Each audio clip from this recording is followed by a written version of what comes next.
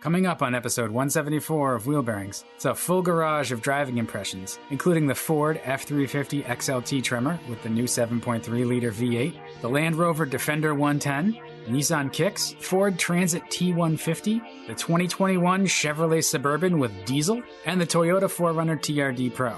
In the news, we talk about the Zoox robotaxi, Boston Dynamics selling to Hyundai, and Lordstown Motors getting into the tent with Camping World. That's all ahead on episode 174 of Wheel Bearings. All you homeowners have unique needs. Some feel the need to leave up holiday decorations year-round. Others have the need to use their garage as practice space for their new metal band. And because each homeowner has unique needs, Geico helps you get the right coverage for your home and what's in it. That way, you get exactly what's right for you, even if your needs are unique. Get more with Geico. Did you know you can support Wheel Bearings directly? Head to patreon.com/wheelbearingsmedia and you can become a patron today. Your contributions will help fund the platforms and tools we use to bring the podcast to you, and exclusives and improvements are already on the way thanks to your generosity. So if you want to be a part of an automotive podcast like no other, head to patreon.com/wheelbearingsmedia.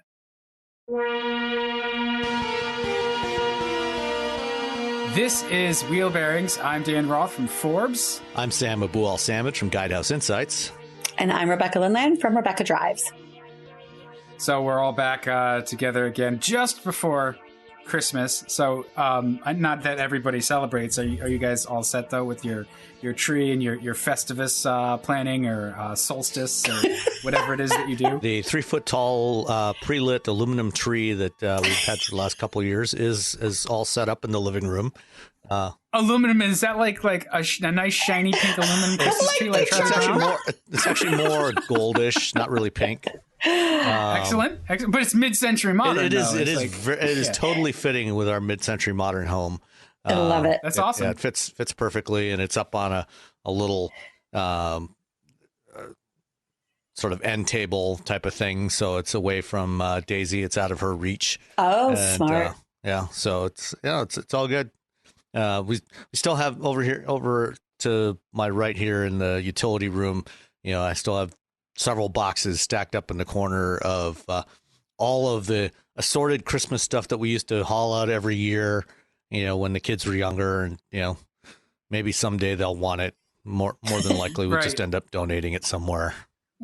Well, no, what you do, this is what my parents did, is you weaponize their childhoods. Is you wait for them to get married or settled and they get their own houses and they have their own families, and then you show up with all that stuff. You're like, here's all your shit from your childhood. And you're like, what am I going to do with this? They're all broken.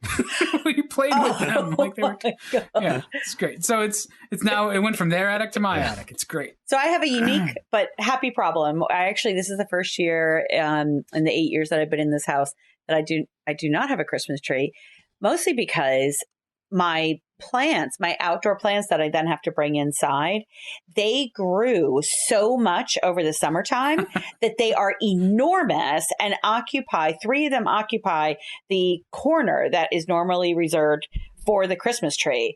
And I've tried to move them, but the one, it's this kind of like fiddle tree. It's called fiddle leaf tree. And it started out at about 4 feet when I first bought them 2 years ago. It grew to 6 feet the first year, and now it's 8 feet tall. And it's so gigantic. So that's my de facto Christmas tree. It doesn't have any lights or anything. Oh, I was just going to ask if you decorated it at least. You can't really decorate them, but I have these 2 huge wreaths for outside. So I got that done, and I have lights on outside. So the house looks very festive outside. On the flip side, my brother David, I went over to his 2-bedroom loft apartment yesterday, and in his son's room alone are 9 trees of various sizes. like real trees or fake trees? They're all fake trees. It's all fake trees. Okay. They do have a real tree. They have a gorgeous, huge, I have no idea where he found this because Dan, as you well know, trees have been scarce this year and hard to find and not in great condition. And of course, David has this most gorgeous tree. And then the boys wanted a forest in their bedroom. And so that's awesome. He put those in. And I basically just walked around and while our childhood was not weaponized, he does have a lot of stuff because this is the first year that my mom didn't decorate. She doesn't have her house anymore.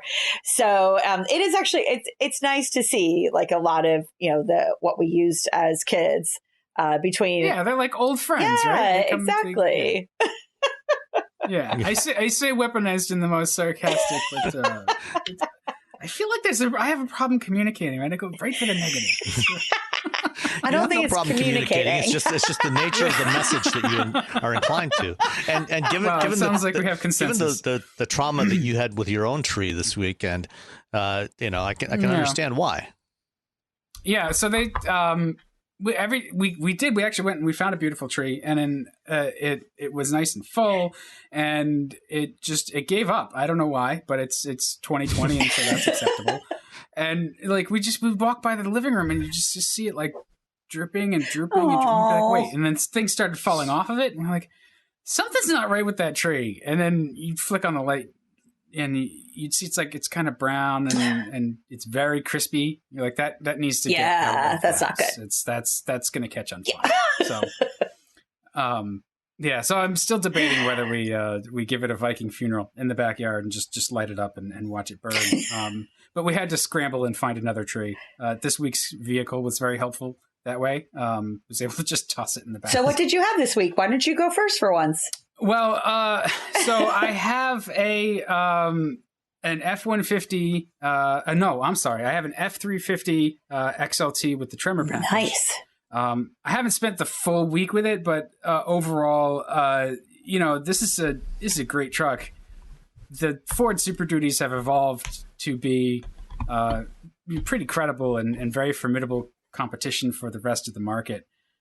It's big. It's pretty quiet. It's a little stiff because it's the F-350, so it has a solid front axle and a suspension that's designed to carry basically our entire house.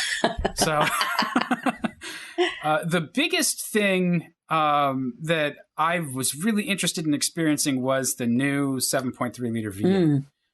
Which is a new pushrod design. Everybody was very excited about this engine, not because it's a truck engine, but because it's a new large displacement pushrod V8 from Ford that has done overhead cam modular V8s for a very long time, 25 years now.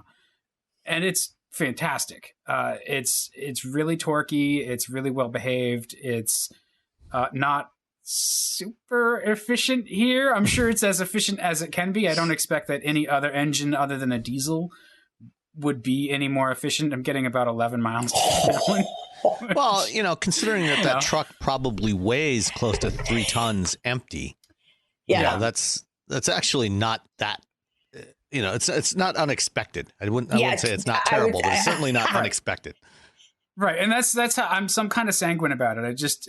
It's right about what I would expect. If you take it a little easier, I'm sure you could get a little better fuel economy, but we had snow as well. And when you have snow, it kind of beats up on your fuel economy a bit because you spend a lot of time idling or moving around. And that's kind of what went on was as you clear the driveway, the cars idle and clear off a little bit and stuff like that. So it's probably partially my fault that we're not seeing at least 12 or 13. Which is a big jump when you're getting 11. It absolutely is. Yeah, 10, 20% better. Right? So it's a lovely truck, even in XLT trim, which is just basically one step above their work grade, the XL. So it has cloth seats and stuff, but it has the premium package. So it's got, the screen with, it's not my Ford Touch. I keep wanting to call it my Ford Sync Touch. 3 in that. Sync 3. Yeah. Which is nice because it's not actually a huge screen. It's a decent sized screen, but now that everything's gone to I think so, 8-inch across. Now that everything's gone to these enormous screens, they've figured out how to put more stuff in it and not necessarily make it more usable. And that's the balance that we're going to be constantly seeking is, yes, you have a large screen, but how do you make it useful? The smaller screen limits what you can put on it, so it's a little bit more focused. And Sync 3 is compatible with CarPlay. So I was mostly using CarPlay, but when you flip back to the embedded stuff, it's also pretty good to use. So that's nice to have in an XLT, which, you know, again, that was like previously a luxury feature, where you see some of these trucks when you go shopping and they have like the tiny little screen that's got a giant bezel because, you know, you didn't buy the option for the bigger screen. So you can get a lot of stuff in this. This is probably the meat of the segment too. The meat of their trims is their XLT Super or Duty. whatever. Yeah. Because it's a little nicer. It has more options. XL is really limited by design. You know, that's if you just want the basic truck that is going to work hard all its life. That's an XL. It's I mean, the XLs would be the ones that, you know, your local parks department, you know, is hauling around their lawnmowers and other equipment, you know, as they do their tour around all the parks every week to mow the lawns and all the other stuff. Oh, that sounds lovely. Yeah, I mean, we've got two parks in our neighborhood, you know, and every Tuesday morning, you know, I see, you know, a couple of, you know, from the Ypsi Township Parks Department, I see the, you know, two of the, you know, Super Duties parked out there, you know, down by the one to the south of us, you know, with their trailers with the lawnmowers, and they head out there, they mow the one, they leave the trucks there, and they actually just drive the mowers like 3-4 blocks down to the other park and mow that one, and then drive the mowers back and load them back up to go to the next park. I gotta say, one of my favorite jobs was landscaping. I need landscaping done. You can come to the treehouse. Okay. That was actually my worst job of all time, but it had more to do with the guy I was working for than the job itself. The job itself is fine. You know, it's hard work, but I think that's why I liked it. For the first, minor tangent. I worked a summer at Mystic Seaport in Mystic, Connecticut, doing the grounds stuff. And so there were a couple of guys on the crew that had been, one was a welder and the other was a grinder at Electric Boat. And so they had worked together and they had gotten used to that EB union job kind of cadence to their day. They taught me all kinds of hilarious things. And occasionally when they needed something fixed on their truck, I would bring my tools in and fix it. They would buy me lunch, and then I gotta say, it's really hard to cut lawns at 2 p.m. in the hot sun after you had an entire large sub and a couple of beers at lunch. So I learned a bit that year. Anyway, well, something else that I didn't have any beer with me. Okay. You know, the other thing that probably contributed to your relatively low fuel economy is the tires, you know, because that Tremor package is their off-road package. Yeah. And, you know, it's got, you know, these big knobbly all-terrain tires on it, which, you know, are not exactly great for low rolling resistance. Great for traction and, you know, snow and ice, but not so much for rolling resistance. But you know, they're also not all that sketchy in terms of like sidewall flex or anything. It's still a pretty well behaved truck for as far as large trucks go. You know, I've had it out on the highway, I've had it around town, and it behaves pretty well, even with all terrain tires and extra ride height, and it does its thing in all conditions. How much was it? 66,000. Okay. Oh, so it's not terrible. It's not terrible. Relatively speaking. Yeah. Right. I think the Tremor package is the biggest cost there. The 7.3 liter V8 is about $1,800. I think it's a $1,700, $1,750 option, which again, like, okay, you're going to spend a lot more on the diesel. It's a lot of truck for that price. A lot of capability, right? Well, it's just a lot of truck, period. Yeah, right. Yeah. Well, and the Tremor package has ramps. So they're included. They stow on the inside of the bed. Oh, nice. And they have they're locked in. They come with locks and cables to lock them in. But if I needed to load something like an ATV or the snowblower or something like that, I could use the ramps, the factory supplied ramps, drive it up into the bed and then stow everything. So that's nice. The last time I needed to move something, I think I had a Gladiator or a Ram, and I needed to fabricate my own ramps. I've done that before. To get a generator up in it. And so that's nice that they recognize the truck is kind of high. It's very tall. and they accommodate that. The other thing that the Tremor package has is skid plates underneath, so you can bash it off-road a little bit more with less worry. It's a little bit long for my tastes for taking it off-road. I prefer stuff that's short and really maneuverable, like the Wrangler, the two-door Wrangler. But that's really not. That's mostly this is more the brute force approach to off-roading. You know, it's got enough grunt and sheer momentum, you know, that it can go through just about anything anyway. It makes its own trail. Yeah, exactly. I don't think you'd have too many complaints getting it off road. You know, it'll get you stuck. Yeah. That's always my concern. So it's interesting because I was just looking back. Nicole Wakeland, who lives up near you, she had the 2020 Ford F-250 Tremor, and in the Platinum, and she wrote a review for me on RebeccaDrives.com. And she did, her price was almost $85,000. Yep. And so that had the 6.7 liter V8 turbo. That's the diesel. The diesel, right. Yep. So the diesel is $10,000. So you take $10,000 off of that. And the Platinum tends to start around 70. Yeah. Okay. The Platinums have leather and all the luxury trim. So, you know, they're completely tricked out. Okay. Because then she also had the King Ranch, the F-250 King Ranch Tremor. And that had the 7.3 liter V8, and that was 70. So basically, I mean, there's a broad, that it started at 59 and change and then tested out at 70. So there's a broad range, as we've often said, but it's just interesting.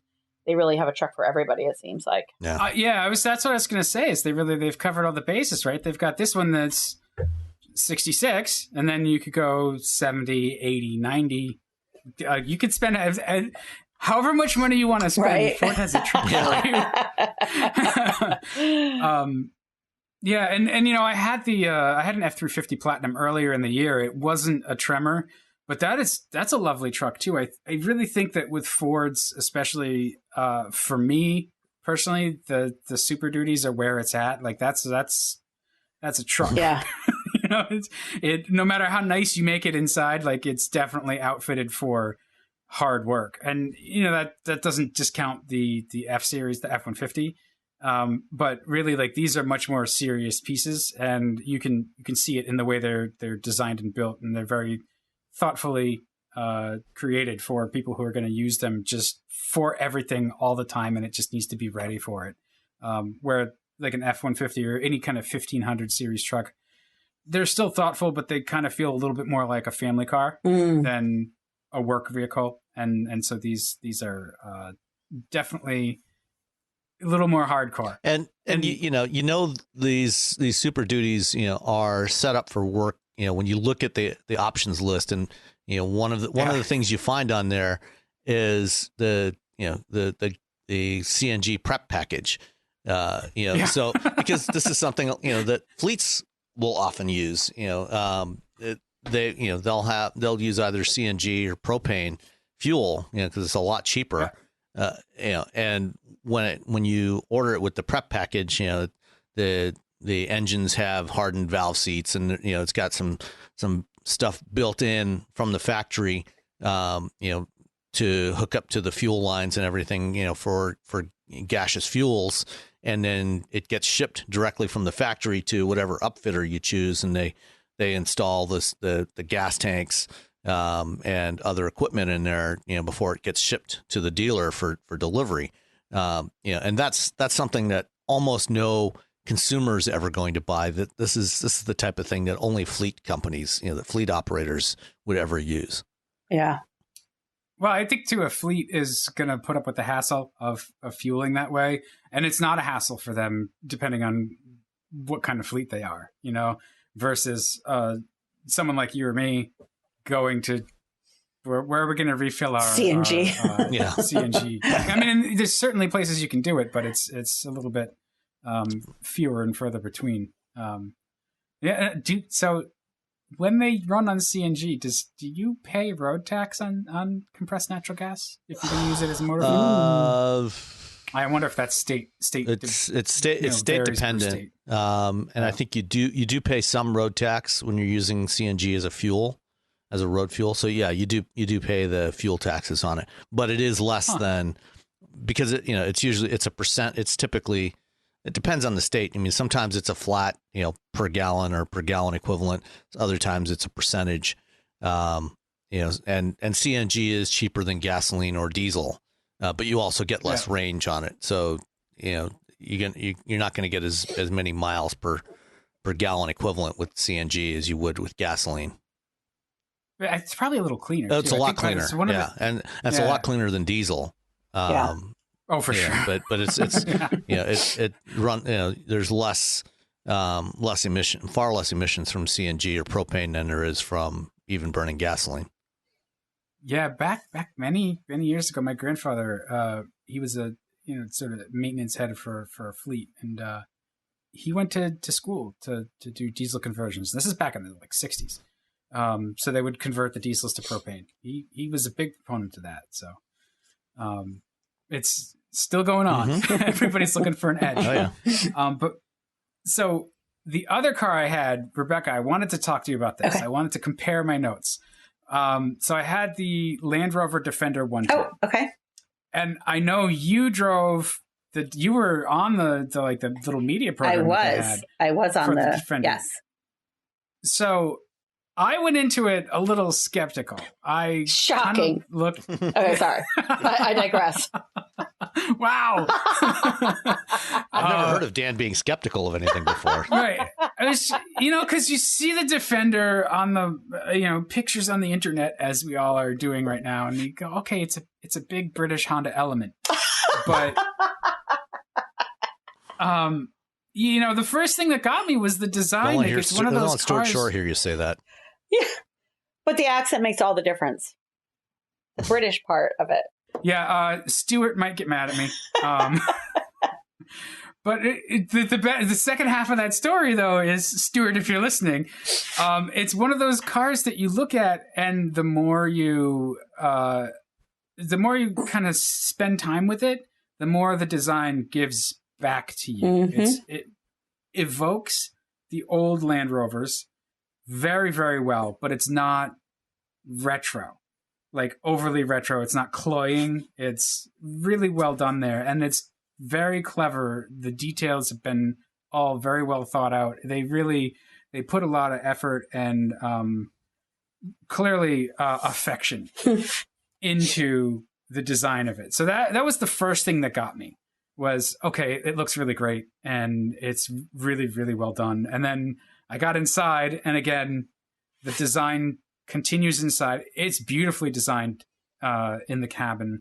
I have some complaints about the controls, so I was interested to see how you felt about it. But what was your experience with? I know it's been a little while, and you seemed overall pretty positive the last time we talked about the Defender. Yeah, I thought so. So I did. I was on the media launch back in September, and we actually got an excessive amount of driving in it, because we went up to the Land Rover school in Vermont, but because of COVID, we couldn't stay in Vermont. And there's literally a hotel like 5 minutes from the course. We had to drive all the way back to Saratoga Springs, New York, which was an hour back, had dinner. The next morning, got up at a godforsaken hour to get an hour back to where we were. So we got a good extra 100 and probably 10 miles just that driving. And then we drove it down from Vermont down. I stopped. I asked permission. I said, I never drive by my house on a drive program. Can I run in and show my sisters and my mom and stuff? So I stopped in Connecticut, and then I had to continue driving down to New Jersey, which is where we were ending. So I think it was almost 500 and 600, between 500 and 600 miles that we drove over the course of like two and a half days. I mean, it was intense, because we started in New Jersey, drove all the way up to Vermont. I mean, it was a lot, but it was great though. But you really get a feel for the car when you're driving it for hours on end like that. And I think it was so comfortable to drive. It was really, it really was. They did such a great job with it on the road. And then, of course, off road was just a total blast. I mean, that thing was more than happy to go wherever we want. And to your earlier point, Dan, about a compact vehicle, it fit where it needed to fit. And what's interesting about the school that they have up in Vermont, there's 3 of them around the country. There's one at Greenbrier, South Carolina. There's one out in the Monterey, Carmel area in California. Out where the rich people are. Yeah, exactly. And then up in Vermont. And, it's not it kind of reminds me of the Jeep trails out in Michigan. It's not cultivated. It is wild. It is nature. It is whatever happens. If it rains and everything's muddy, that's what you're dealing with. So it's not something that it's planned and they've deliberately put things to show off the vehicle. These are trails and you're out there. So, there was definitely some times when the vehicle got stuck, and depending upon the driver's skill, could they get it out or not? For the most part, we could, but there was some rocking back and forth that needed to happen with the crew and stuff, but it was great. Yeah. I mean, and again, it reminded me of the Jeep, the Wrangler 4-door, in that, it does incredibly well off-road, but it's actually really improved on-road. It's quiet, well-behaved. We did have some issues with the infotainment system, but I mean, that's pretty much always happens to me. I think that's right. No, it's not just you, because I think that and I heard echoes of you in my head as I was dealing with it. Like, I was like, wait, I have to press a button to get the fan, to adjust the fan, and the infotainment is a lot better than it has been in Jaguars and Land Rovers, and you can move the icons around. So eventually you can customize it so what you want is actually at your fingertips. Right. It does take some time. I mean, I had made a note of it in my review about multifunctional center console controls. And you're right. You have to spend time, as we're finding more and more with almost every infotainment system. You have to spend the time to customize it. You've got to spend the time to get it set up the way that you use it. I will say the cameras were amazing. I mean, they were really, really helpful, and especially off-road, you could get, the camera angles that you wanted. But it's a nice big screen. I do love that interior. I thought that was just gorgeous. But I loved the way the dash is sort of scooped out, and then there's grab handles on either side. Yeah. Again, it's just really thoughtful details. And I didn't have the highest trim level, but it was still nice. And it's quiet. It's a lot quieter than I thought it would be, especially given that it's the Defender. It's supposed to be their sort of most rugged vehicle. Yeah, so I had actually the third of 6 trims. So I had very much a middle of the road. It was $71,000, but it was, and I did the 3.0 liter mild hybrid. Okay.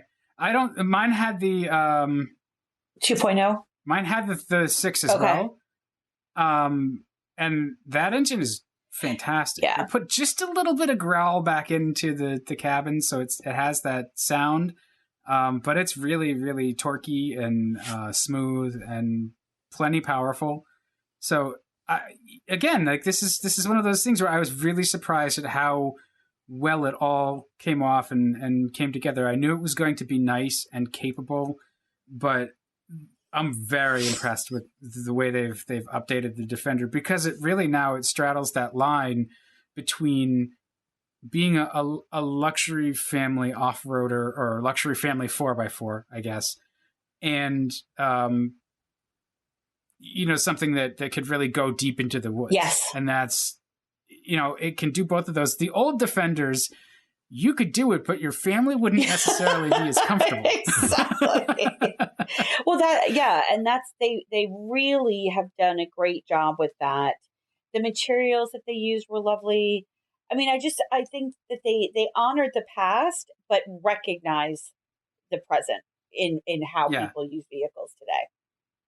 Yeah, I do that, and that the multifunction controls on the center console. Yeah. So to explain those a little bit, so they've got, because the design came a little bit before function in some ways, and I appreciate that. It's got 2 dials that keep it simple, and they've packed a bunch of functionality into the dials. So you've got your ventilated seats, heated seats, controls in there. What you have to do is you push on it and then rotate. I liked that. By the time I was done with it, I was like, that's clever. One of them, you actually have to press another button and you get the fan, the interior fan. Most people are going to leave it in auto, so that's kind of a non-issue. And then if you wanted to direct airflow, there's another button, and then it brings it up on the screen. So then you can direct where the airflow goes. Again, though, most people are gonna leave it in auto, so it's usually not an issue unless, like what happened when I had it, it snows, and you kind of want some control over where that stuff goes. It had the heated windshield. So nice! Did you take it in the snow? Oh yeah, it was fine. Awesome. You know, it's one of those things like you do your thing and it's fine. So it was, you know, the biggest complaints I really had were the center controls, and once you get used to those, it's not a huge deal. Yeah. And then that side hinged rear door. Yes. So, you know, instead of like a top hinge tailgate, but I think that's a Defender trademark, and you're not going to get rid of that. The door, it has a gas strut on it, so it's a little heavy to close because of what the strut's doing, but plenty roomy. You know, there's 3 rows of seats. Each row has its own HVAC outlet and fan and heat controls for the seats. And it has the little, the windows, what are they? The Alpine windows, they call them, in the roof. Yes. Yeah. So it's, you know, and mine was $75. Oh, wow. Okay. I didn't find that overly pricey. That was less expensive than I thought it would be. Yes, it's a premium car, so you're going to spend money on it anyway. But yeah, I was very pleasantly surprised by how much I liked it, because I recognize this skepticism in myself. Yeah. So it was interesting. I when I first saw pictures of it it has towards what I would consider the blind spot. So behind the C pillar are these kind of plaques that I was worried about would hinder visibility, but they actually don't at all. And I was very pleasantly surprised by that. Do you know what I mean on the side of the vehicle? That's the panels where it says, you know, has the Land Rover logo and stuff. And I was definitely concerned about that, but it was a non-issue completely. The other thing that they have that's really cool is this X top trim that goes really full on interior luxury. So the one that I had a combination of leather and cloth. I had that as well, and it was lovely. Right. But then the X, have you ever seen the X top trim? It may have just been something that they had at the event. So the rollout of this vehicle has really been negatively impacted by COVID, because they had started production, they had to stop it, and then they kind of got into this like sort of, what are we putting out now, 2020s or 2021s? So the X trim, you know, the X trim is I believe it's going to be available for 2021. But that's full on flat luxury on the interior. Very, very luxurious, very high end leather. So that's a different animal altogether. So they've done, you know. Yeah, and they really do. They cover all the bases. So, yeah, I mean, this is one of those biggest surprises so far of the year. It's really well done. Pleasant surprise. I hated to see it leave. I do want to recognize that, true to the sort of Land Rover myth and legend, there have been some reports of reliability issues. I got a check engine light while I had it. I cleared it. It stayed cleared. You know, I kind of almost hate to bring it up, other than to say, like, it could happen. And I'm sure they're not unaware of it. I'm sure that they know what's going on. And was it TFL car had some ongoing saga with their Defender 90. Yeah. It's but- still got the Motor Trend Truck of the Year, though. Yeah, and I think it deserves it. It's SUV really well of the done. year. I'm sorry. SUV of the year. Well, it's Motor Trend, whatever. For our friends at Motor Trend. Yeah. So I've babbled enough. I'm looking at this. Like, people are going to have sat through a half hour of me yapping. So Sam, you've been we're used to awfully it, quiet. so Yeah. we should share that joy with the rest of the world. I yapped right along with you. Sam was the one that. Let's give Sam a chance to talk. What have you been driving, Sam? So I've had several different vehicles over the past week. A couple of them just for short stints. One of the things that automakers have been doing recently, in many cases, is virtual media drives. Instead of flying people out to various locations, they have been sending the vehicles out to their fleets and dropping them off, at people's homes, for 1 to 2, some cases 3-day short loans, to do these first impressions of the vehicles, and then later on we'll get them for the usual 1-week loans. So in the past week, I've had the 2021 Nissan Kicks and the 2021 Kia Sorento hybrid. And I'll get to those in a moment. But first, I want to start off with the Ford Transit T150 cargo van, which I got. Got it worked out that our older daughter was moving out of the house again, and so the Transit worked out perfectly for moving all her stuff into her new apartment. Well, almost perfectly. But it had the challenges had nothing to do with the Transit itself. So the one I had was the T150, which is the base model. That's the so-called light duty version. You can also get the T250 and T350, which are technically Class 2, Class 3, and Class 3 vehicles. They're medium duty vans. So their gross vehicle weight rating is above 8,500 pounds. So is this the cargo? This is the cargo van, yeah. So no seats inside. This was the Transits are available in 3 body lengths. So 2 different wheelbases. The longer wheelbase is available with an extended body on it. So this was the long wheelbase, but the shorter body. So the mid size, and also you can get it in 3 different roof heights. So you get the short roof, the mid roof, and the high roof. The one I had was the mid roof.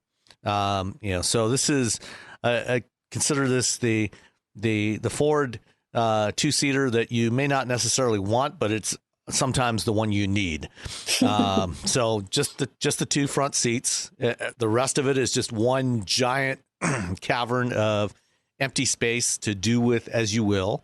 Fill it up, And so most customers that buy these things are usually various types of fleet operators, plumbers, electricians, tradespeople that will, they'll get the van and they will have it sent to an upfitter, and it'll be outfitted with a bunch of racks on the inside for their tools and the parts that they're carrying, things like that.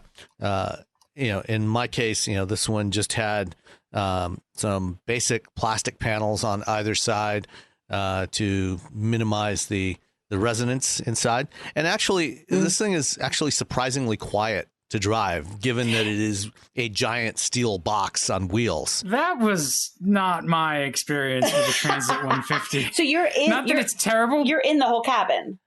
There's no break. Yeah. Okay. No, it's so. Where did you drive it? I drove it around the Ann Arbor area. So like in town. So I didn't drive it on the highway. Yeah, it's loud on the highway. Oh, so yeah, I'm sure it is. But, again, given, that what you have is a giant steel box on wheels, it's actually not as bad as you might expect. That's true. I'll give you that. And most of the time, these things in normal day-to-day operations are not driving around empty. They're usually full of stuff. Right, so you get all the percussion from the tools that goes, everything jingles and jangles as you. I would like to see a cutaway comparing it to like the O'Connell line. Oh, I mean, it's much better than the Econoline. Way better than an Econoline. I mean, from like an insulation and NVH standpoint. Yeah, well, I mean, the body design, this is a much more, the Econoline, is a design that basically goes back to the 1970s. It's an old body on frame design. This is a unibody design. It's rear wheel drive, but it has a much lower floor because it's a unibody. There's no frame, no separate frame underneath. And getting in and out, as I was loading this thing up with my daughter's stuff and then unloading it, the bumper height is at a reasonable height. It's very easy to step up, into the back, much more so than trying to get into an Econoline. The mid roof, I'm 5'11". I was able to stand up inside, and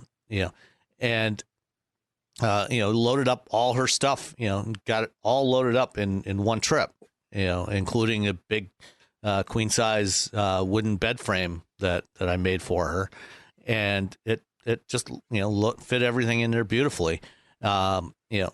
But again, with the the mid or the high roof, you do have to keep in mind that there's a lot of places where these things will not fit because of their height. The building that my daughter was moving into is a brand new apartment building. We got there. As it turns out, she was actually the very first resident moving into this building.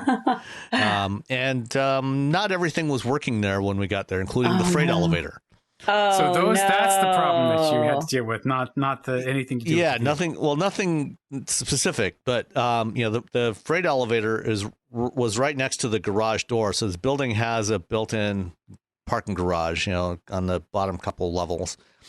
And so we couldn't use the freight elevator, and the other elevators. Some of the other elevators were also non-functional when we got there. So to use an elevator, we would have had to go a very long distance, carrying the stuff to the elevator and then carrying it from the elevator to her apartment.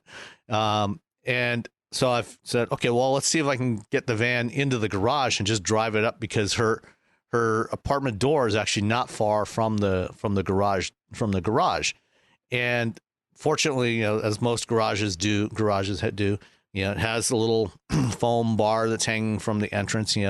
If you hit this bar, you're too tall to fit inside the garage. And of course, as soon as I pulled up, I felt the foam on the roof there. It was 8 feet 2 inches tall, and even the mid roof Transit is a little more than 8 feet 2 inches above the ground. So that wasn't going to work. So we ended up parking it outside, and then using her car and my wife's car. She's got a Honda Fit. My wife's got a Civic. And we relayed. We moved the boxes from the van into the back of the two Honda hatchbacks, drove them up and parked them right by the door to the garage. And then it was only like 6 steps up, to her apartment door. So it wasn't too bad, but you do have to keep things like that into account. The van I had had the standard 3.5 liter gas engine. You can also get it with a diesel, or with the 3.5 liter EcoBoost V6. So I had the naturally aspirated 3.5. Not a speed. How is it with that engine? I had it with the EcoBoost, and it's plenty fine with the EcoBoost. It's adequate, for driving around town. This is you can still get I think up to a 10,000 pound total, GVW rating, even with the base 3.5. So they have different packages that you can get, so it's adequate. It's not particularly fuel efficient, driving around town. I got about 13 miles per gallon with this thing. So, that's not impressive, but we talked a couple of weeks ago about the new the E-Transit that's coming out about a year from now. And, for the types of, commercial customers that use this as use this kind of cargo van, I think that's actually going to be a really fantastic option for them. Because, if you look at, the operating costs for an electric version of a van like this compared to, getting 12 or 13 miles per gallon around town. And this was, at least part of the time was driving it around empty. And, this was not driving on the highway where the aerodynamics of this thing, are going to be a problem. I think that the electric version of this is going to be a really great option for customers. But even the gas version, it's for what it's designed to do. It's, this is a great package, to something that can swallow up huge amounts of stuff.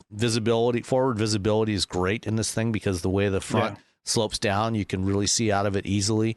There's lots of cup holders in interesting places, on this thing, for the big old coffee mugs that the kind of people that are going to be operating these things, are probably driving around with.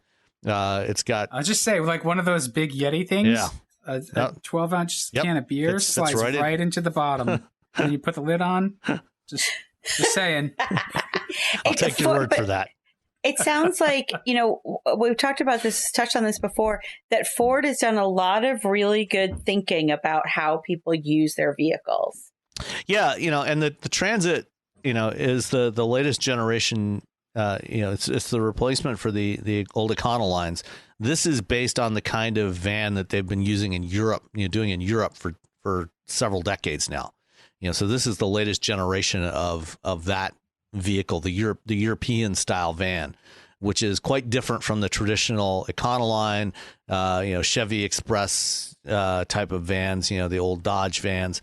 The closest, the comparable vehicles that are available here are the Mercedes Sprinter and the Ram ProMaster, which are similar in size and specs. Again, they have that relatively low floor, the different roof heights, different lengths that are available.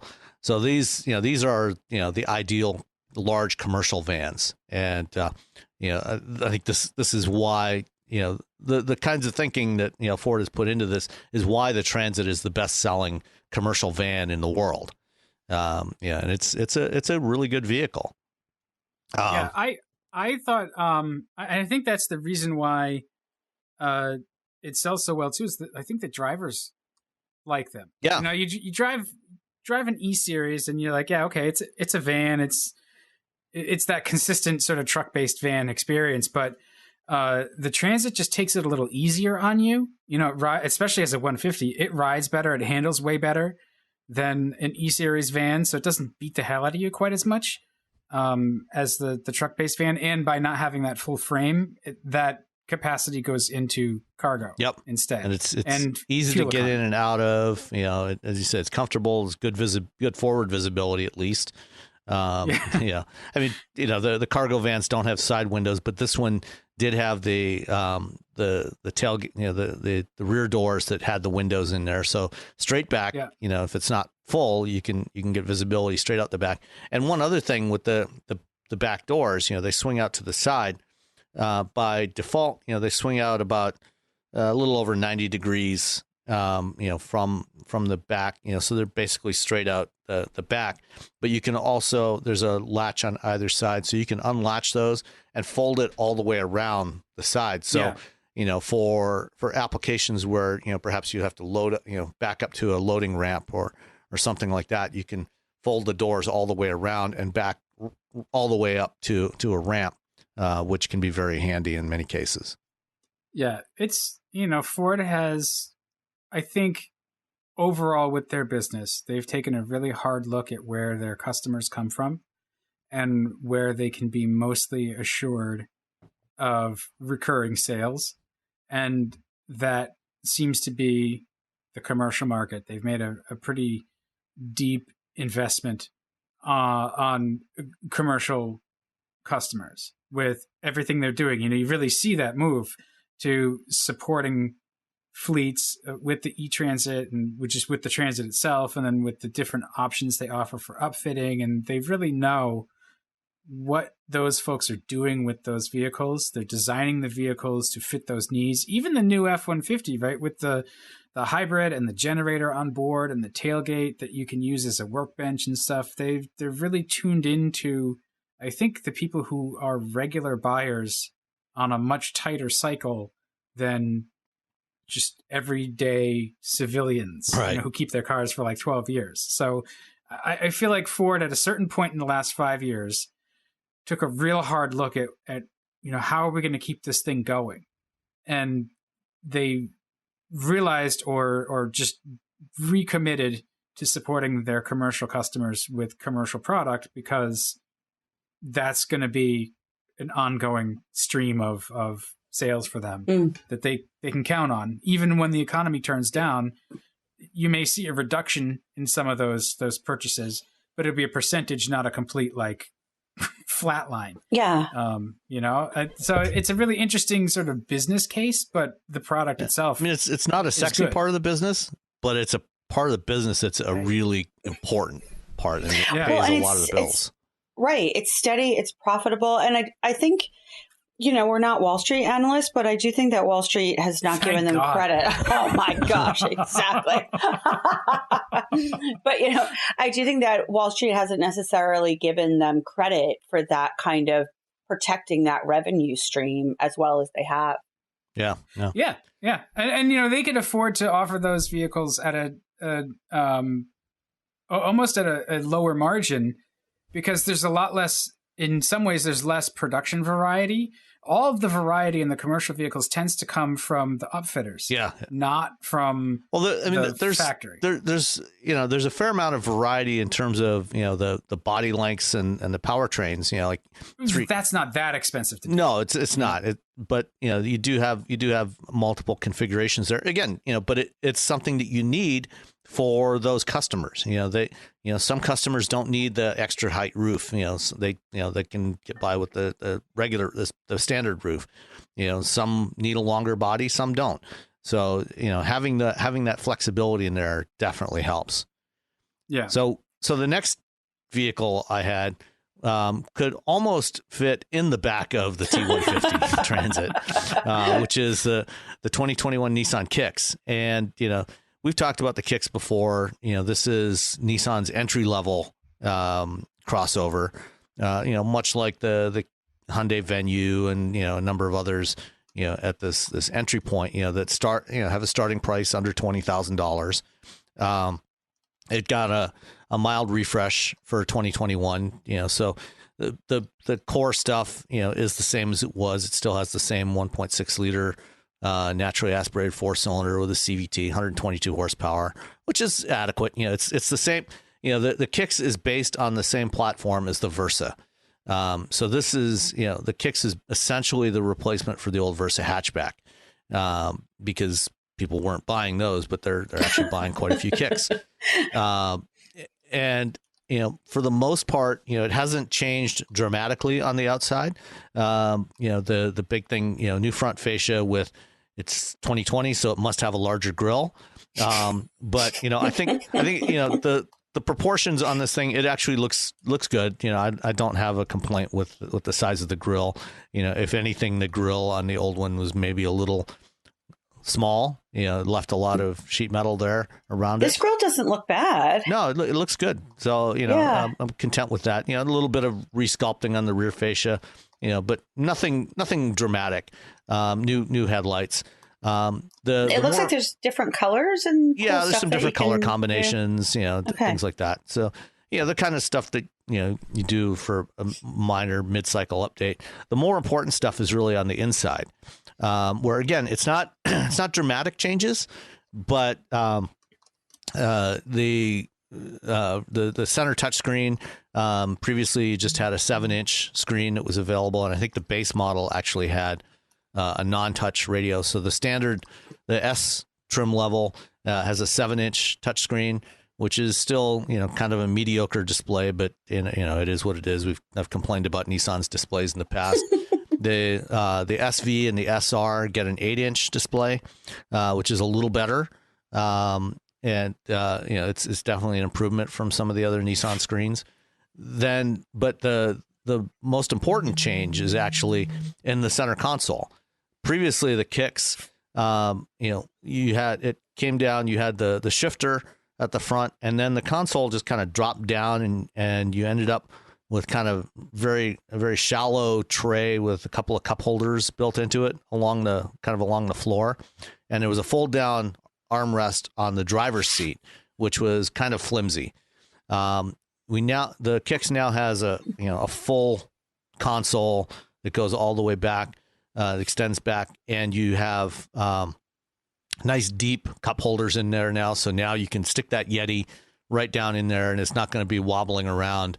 It's going to be held in place, and then there's a storage compartment on the back portion of it, and an armrest, an armrest that's part of that console. So you lift up the armrest, you have access to a storage cubby there. So it's definitely much more functional in that area.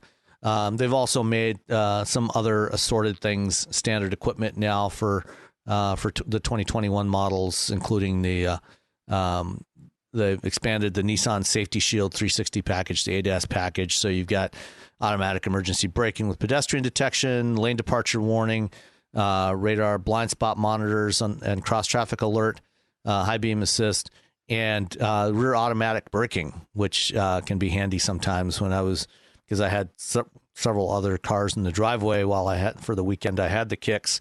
I was parking it off to the side, and there was, as I was backing it up, I was backing up towards some tall grass that was there along near the edge of the driveway. And the first time I backed it up towards that, all of a sudden I felt the thing just lurch to a stop. And that was the rear automatic braking. It had the sonar sensors had detected what was behind me. And I could have easily run it over without any problem, but it detected that grass there and just slammed on the brakes, which, if you have, young kids or young kids that are either wandering around behind the car or leaving bikes and other stuff behind the car, it'll detect that stuff and put on the brakes, before something tragic happens. Which I just wish there was a way it could sense the density of stuff. So like grass is not going to be terribly dense, and it's gonna be like, yeah, it's just grass. Yeah, well, I mean, it's just using the sonar sensors, which are they're cheap, but they're not very sophisticated. So. Yeah. Eventually, when we get more radar sensors on vehicles, and that is something you could definitely do, but it's better than nothing at all. It's a $20,000 vehicle. Yeah, and that's a standard feature on this $20,000 vehicle. That's impressive. And then the one I had was the mid-level SV. The SV and the SR also have adaptive cruise control, which is nice to have at that price point. We don't have final pricing yet on the 2021 kicks, but the 2020s were, they started just over 19,000, so 20,000 with delivery charge, and then 22 for the SV with the delivery is 21 plus $1,000 delivery charge. It's a nice package, a nice size package, that's very affordable and gives you lots of features. The powertrain is adequate. It gets, good fuel economy, averages 33 combined on EPA. And but if you need all-wheel drive, this is not the vehicle for you. Like the Venue, it's front-wheel drive only. But how was the CVT? How whiny was that? Nissan actually does a better job than most manufacturers with the CVT. So it's actually, it doesn't feel too bad. They program it, to behave more like a step ratio transmission. So it doesn't really feel much like a CVT. Yeah, I found that in the Versa too. The CVT was totally fine, totally unobtrusive. The only time you really ever noticed the CVT nature was when you just needed all of the power. Right. And since there isn't a whole lot of power to work with, 122, it does, you will hear it and feel it working, but it's not bad. I mean, for normal driving, it's perfectly adequate. So. Sorry, Lucy is very upset with me. It's okay. She has some stuff to talk about. My goodness, she's being very aggressive. I was very impressed with the Versa. I haven't had the kicks, but the Versa is much of the same hardware, and it's not like it's sophisticated stuff. And I don't mean that as an insult to it. I like that it's made from pretty standard kind of durable parts with, proven designs that, there's nothing real fancy to blow up on you after you buy your $20,000 entry-level car and cost you, $5,000 in a few years. I like that it's it's a simple design and it delivers. You know, it really it's good to drive. It's clearly affordable to make and buy. And Nissan does some fun stuff, so you can get different roof colors and door handles. And you do have some nice visual options, and I think the visual changes they made to it, with the grill and everything. I think it works well. So I think that this is a good upgrade. So, I like those safety features because this is going to tend to be a younger buyer potentially. And frankly, those kinds of safety features help any age buyer. Because we do see a lot of empty nesters getting into something like this. And so I think this is, I'm really like the fact that they focus on it. That Safety Shield 360, and I was going to talk about this vehicle next week, but I had the Nissan Altima, and that was my first experience with the blue button on the dash. That's the Or on ProPilot. the steering wheel? Yeah, that's the ProPilot Assist. Yeah. Okay, so that was interesting. So we'll talk about that later. Okay. And then, so did yours have the stitching on the dash and stuff? It did have the stitching on the dash, and so they did some, they improved the trim a little bit on the SV and the SR. It's still, it's not a luxury vehicle, but it looks nice enough. It's good. That was my takeaway with the Versa as well. Like, clearly it's not a luxury car, but it feels nice in there. There's been attention paid to it instead of it just being it doesn't feel cheap. Plastic. It's inexpensive, but it doesn't feel cheap. So I mean, you can, you look at it and you compare it to more premium cars, and it's certainly, you can tell that this is a car built to a lower price point, but it doesn't feel like you're sacrificing much. So it's not punishing you, which is good. I mean, that's what you want. You don't, just because you can't necessarily afford something more expensive doesn't mean that you should be have something that doesn't at least look and feel decent. Well, I mean, I think too, even if you can afford it, one of the things that pushes you out of a less expensive car, even if you don't want to spend much more, is that it feels like a penalty, So if they're making it nice, they're, for that 20 grand, you don't have to spend more, even if you could. It's just like, for me, I really don't feel like I should spend more than $20,000 on a car ever. And I have, because you get to a point where you want the stuff that you want, and depending on how much inventory there is out there for used cars and stuff. But if you want a new car around 20 grand, you don't necessarily have to suffer. And I think that's a newer development as well. And it's nice to see that the affordable stuff is becoming a little bit more attuned to the fact that, like, it's not just people who don't have any more means that buy here. Well, it doesn't punish the buyer. Yeah. Right. Yeah. It still recognizes that you've spent $20,000 of your money on this vehicle. And rather than punish them, they give them a good experience. And then when budget or lifestyle or both, you can spend more money. Ideally, you stay in the brand and move up, or you even go to infinity. If you have a good experience with this vehicle, and you're going to tell other people. And so, rather than punishing somebody who's buying your entry level vehicle, give them those emotional solutions and those goodies that don't really cost you much more money, but really foster goodwill. Yeah. Yeah. Yeah. So here's my question too: is how does the Kick stack up against like the Soul, the EcoSport? I'm sorry, the Crosstrek, CHR, Kona, CX3? Like, it's a very competitive market. It is. I think that the EcoSport in particular, I think, is not really very competitive anymore. God, I love wringing that thing's neck, though. It's so much fun. It's charming in a shitty way. It's an old design. I think it's going to get replaced in the next year or so, most likely. It's not as efficient. It's not as roomy inside. But compared to the Soul, the Venue, CHR, I think that the Kicks is very competitive against all of those, and so I think you've got a lot of good choices in that segment. The Soul, I think, is probably more, kind of one step up from there, Mm-hmm. in terms of its size and everything, and you can trim, you can trim out a Soul, with the turbo and, the X line and things like that. And you can get it to a considerably higher price point than the maximum price of a Kicks. But, certainly compared to something like the Venue or the CHR, I think that this is a really, really good option. And I think we're going to see more, we're going to see some more options like this in the market in the next couple of years. I'm down. All right. I'm all right, for Rebecca, it. what about you? What did you have?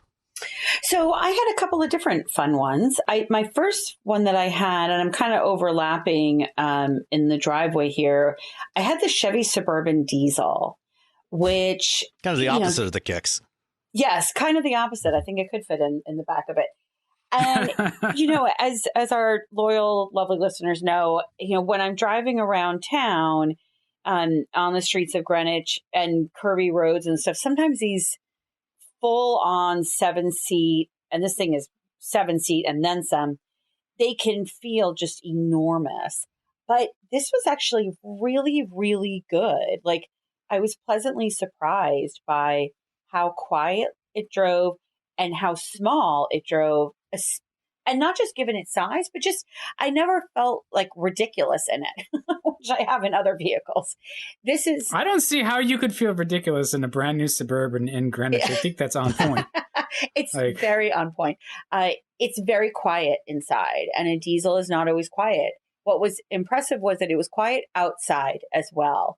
And it, when we think of, some people think of diesels, it's loud and noisy and smoky and, the kind of rumbling commercial truck kind of feel. This is none of that. It's incredibly refined. So I've got this giant 2021 Chevy Suburban diesel. I'm cruising around Greenwich in it. And it's got this 3.0 liter inline-six Duramax turbo diesel in it, 277 horsepower, 460 pound-feet of torque. And the thing is just amazingly good. I was really, really impressed with it. It's quiet, both inside and outside. It's not one of those diesels that you think of that it's actually, going to cough up and wake up your neighbors or something. It's just, it has this really lovely level of refinement. It's a 10-speed automatic. This has this auto track where it's 2-wheel drive, and then it automatically switches to 4-wheel drive on demand. You can do it on the fly as well. But, if it senses that the wheels are slipping, and it's actually actively snowing right now, so I can imagine it doing this, it'll automatically engage your 4-wheel drive. And I like that a lot. I like the idea that it's got me covered, whether if I actively engage it myself or if it comes into play when I need it, because it's just that sense of reassurance. So, this is the first diesel in the Suburban, and I think they did a really, really good job with it. And 7,700 pounds of towing capacity. And, a lot of people will use that kind of capability in this. So the estimate is 22 miles per gallon combined. I got 18 and a half, which isn't terrible, especially when you think of, I did a lot of stopping and going in town driving, and of course on the highway as well. So just overall, I thought it was really, really nice. It's not cheap. Were you driving around? Was it snowy when you were driving it around? Unfortunately, it was not. Oh, okay. I'm just wondering, because that would certainly affect your fuel economy. It's going to cut your fuel economy if you're driving around in snow, things like that. Yes. Yeah. No, I wasn't driving in snow. But, the roads are curvy around here. There's a lot of braking that goes on, so. And you are a lead foot, so. And I am a lead foot. Well, and you know what? I will say, merging onto the highway, especially a highway like 95, where there's only 3 lanes, even in the busiest parts, and the trucks are big, and they, this thing hauled from that standpoint. I mean, it was nice to have, even a refined diesel has some fantastic pickup to it. So from that standpoint, it was really great. So the one that I had, the Suburban overall starts at 68.3. And the one that I tested was 77, just almost 78,000. And, it comes with a standard 5.3 liter. There's also a 6.2 liter V8. Both are V8 engines. But this diesel, I think if you want long range also, it's a fantastic option, I think, for people. Yeah, I haven't driven the new Suburban yet, but I drove the Silverado with that engine a few months back, and I was equally impressed with it. I mean, that is a really fantastic engine. I remember a couple of years ago when they launched the current generation Silverado at the Detroit Auto Show. I talked to Dan Nicholson, who was head of GM Powertrain at the time. And that was the first time that they had announced this new diesel engine, that it was an inline-six, which is different from what you find from the FCA and from the Ram and the Ford pickups. They have V6 engines, 3-liter V6s.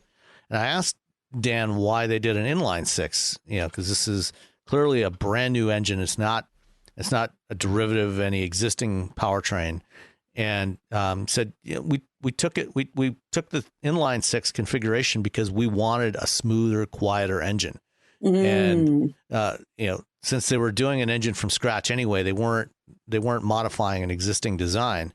They figured, okay, if we're going to do it, let's make it the best we possibly can. And I think they totally succeeded at that.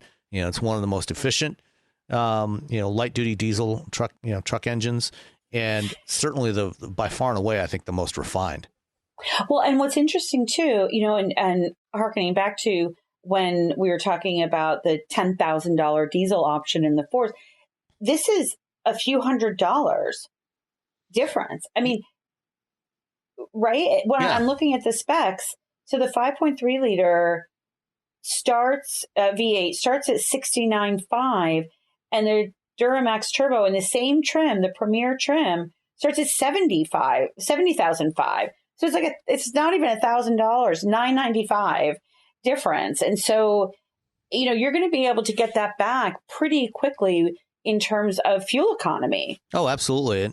And you got to keep in mind that, the diesel that's in the heavy duty trucks like that Tremor, that's a very different engine. It's a much larger, much more powerful engine. And it's also, the transmission that they have to use with that because of the torque.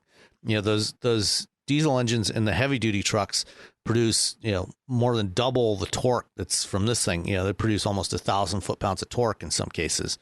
And so they have to have a much heavier duty transmission, and that adds to the cost of the package. Whereas, this diesel, it's using the same 10-speed automatic that you get with the gas engines. So it's, I think it is a surprisingly affordable alternative, compared to some of the other diesels that, like the Ram and the Ford diesels are considerably more expensive, relative to the gas engines in those trucks. Yeah. The upgrade you're not really paying much of a premium for that kind of upgrade in terms of fuel economy and torque and performance. And as I said, what I was really most impressed with was just how refined it was. I wasn't constantly conscious of the fact that I was driving a diesel. It was just a good family vehicle. There's a ton of room in it. I couldn't believe how much room there was in the back, even with all three seats up. There was still a ton of room. Inside, I was not thrilled with the gear selector. So if you're looking at the steering wheel, it's to the right, upper right, and it's got levers and pushes. And so to put it in park, you push. To put it in reverse, you pull the lever. Neutral, you push. Drive, you pull. And it definitely took some getting used to. It's kind of this weird setup. And so it just takes a little bit of practice to get used to. It does keep it out of the way.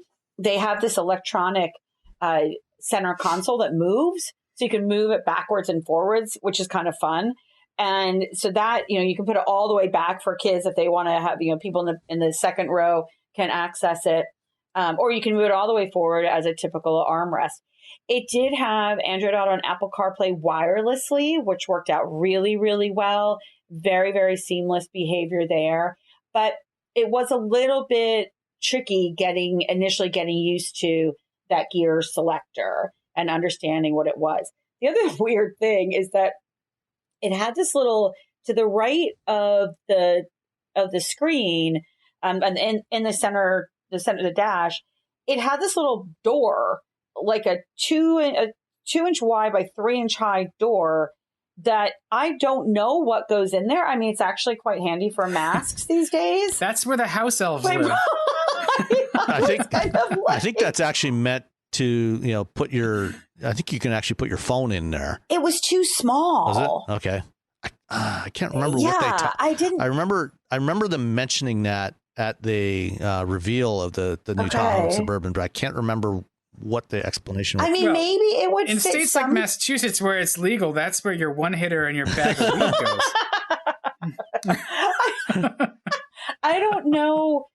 I didn't feel like my phone would fit in there, but maybe it would. But it was really hard to get open, so it was kind of like I had to really kind of play with it, and frankly, I didn't want to break my nails, and so it was just a weird sort of thing. But as I said, like, it's great.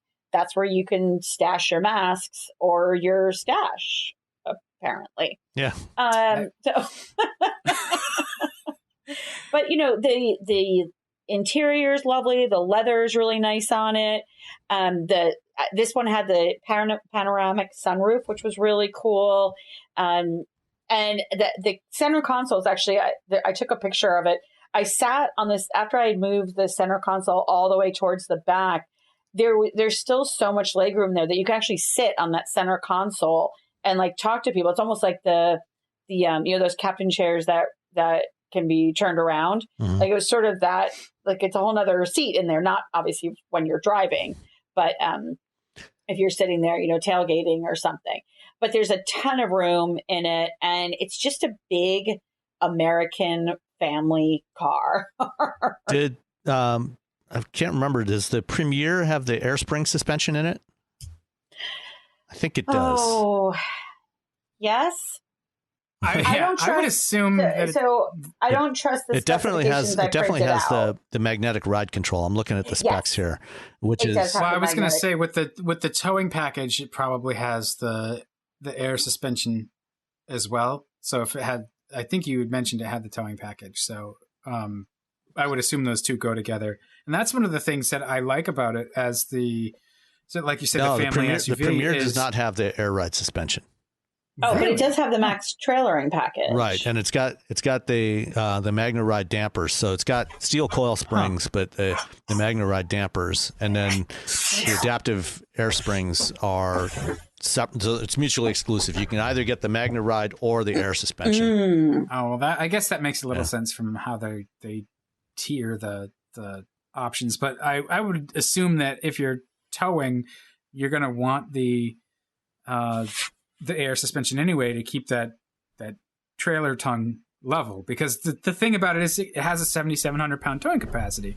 That means you put everybody in the car, all the stuff, right? And that's one of the things that it's great for. It's enclosed storage for the normal family plus all of their things, and then it can tow a pretty decent RV or something behind it. The thing you got to watch out for is when you get all those corn-fed Americans into a vehicle, it might sag a little bit when you get a little trailer tongue weight that's above 10% of the load, or just poorly loaded and stuff. And I see enough of these on the highway towing heavy things sagging like crazy. I'm just like, you've got no steering control, man. Like, that's bad.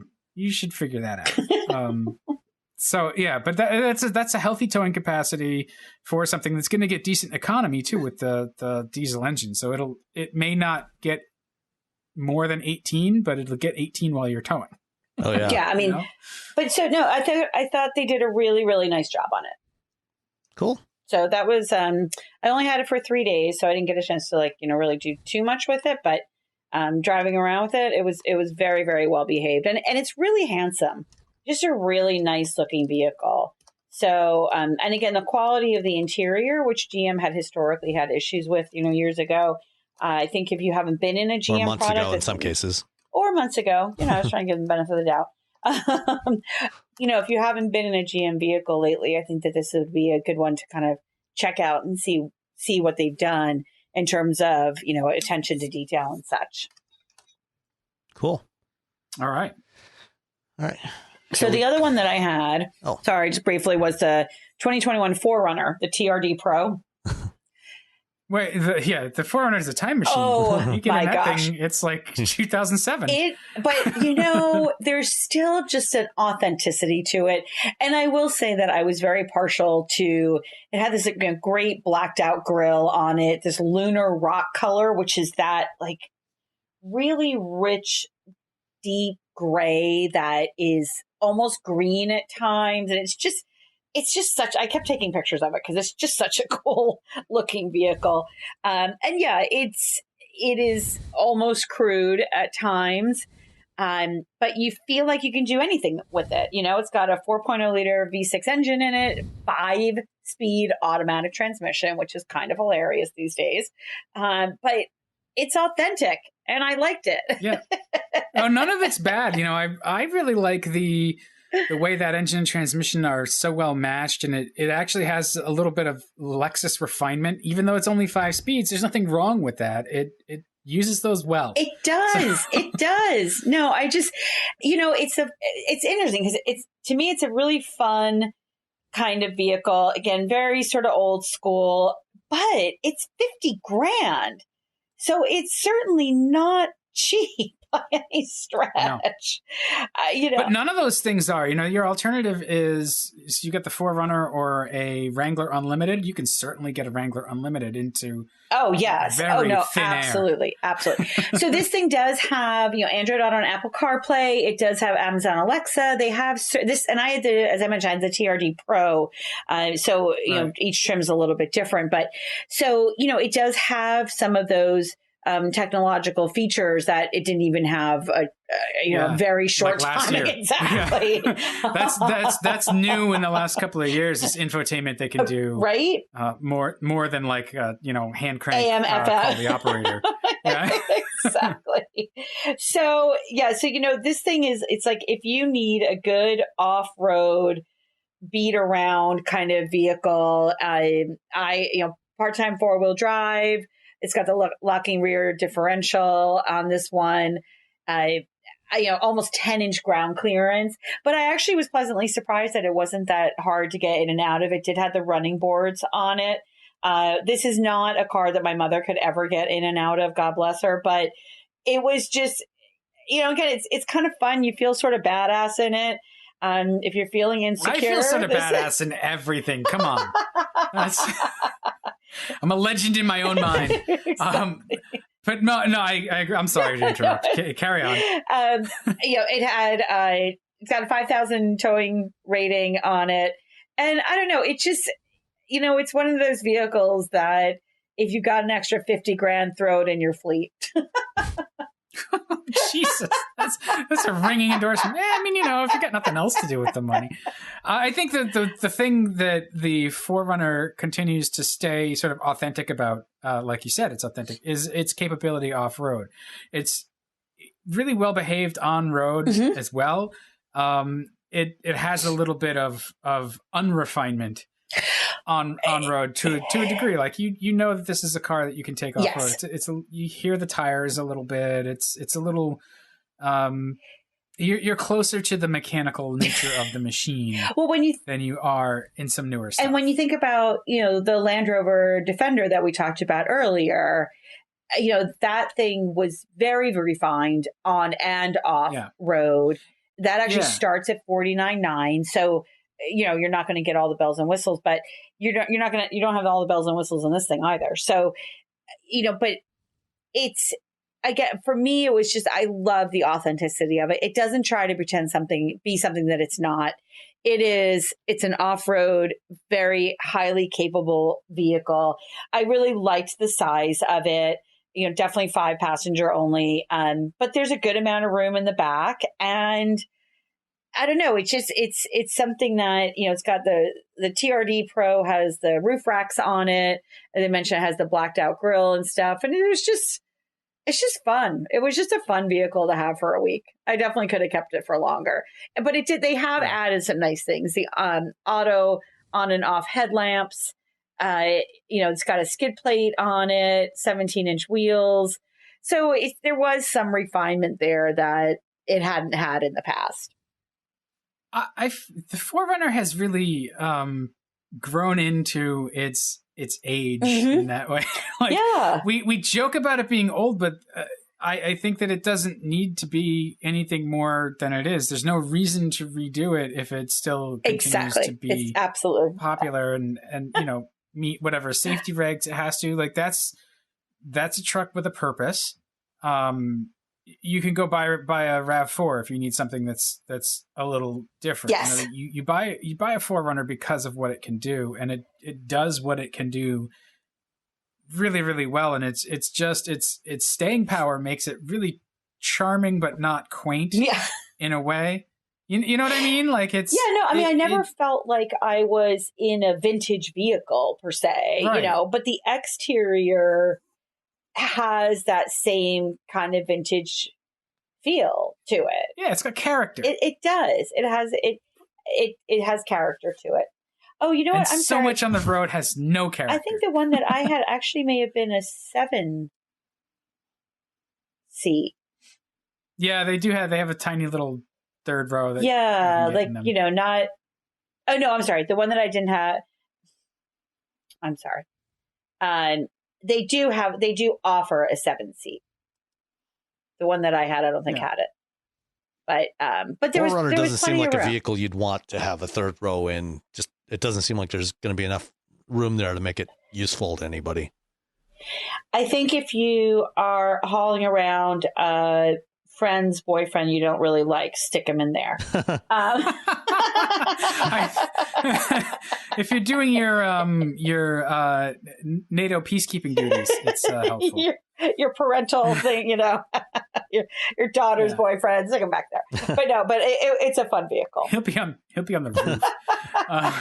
in the dog crate strapped to the roof. Yeah, right. Exactly. No, just hang on, you little bastard. Make it all the way home. I'll let you go out to dinner. Oh my gosh. Okay. Smartphones have gotten way more expensive over the past decade, and all it takes is one impact on a hard floor to make you wish you had spent a few bucks to put a case on it. Going online without ExpressVPN is like not having a case for your phone, and it only costs a few dollars a month. Nicole, Robbie, and I travel a lot for our work, and we spend a lot of time in hotels, coffee shops, airplanes, and of course the Delta Sky Club. Connecting to the Wi-Fi in any public places with shared Wi-Fi puts your data at risk because bad actors could be intercepting what you send and using it to steal from you. It only takes some cheap hardware to intercept Wi-Fi data, and even a smart preteen can do it. Hackers can make up to $1,000 per victim selling personal information on the dark web. ExpressVPN stops the bad guys by creating a secure, encrypted tunnel between your device and the internet. ExpressVPN uses state-of-the-art encryption that would take a supercomputer up to 1 billion years to crack.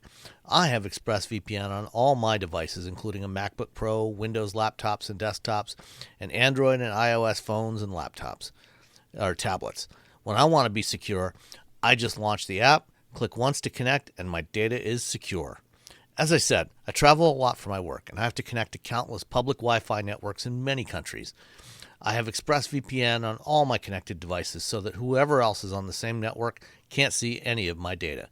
That's important because I often have to check banks, credit card accounts, and transmit client data that might be sensitive, as well as filing articles on news that might be under embargo. ExpressVPN protects all of it, and I've been paying for my own account for years. Secure your online data today by visiting expressvpn.com/wheelbearings. That's expressvpn.com/wheelbearings, and you can get an extra 4 months for free. expressvpn.com/wheelbearings. Well, we had a good crop of cars this week. It's taken us a while to get through, but there was other stuff happening as well.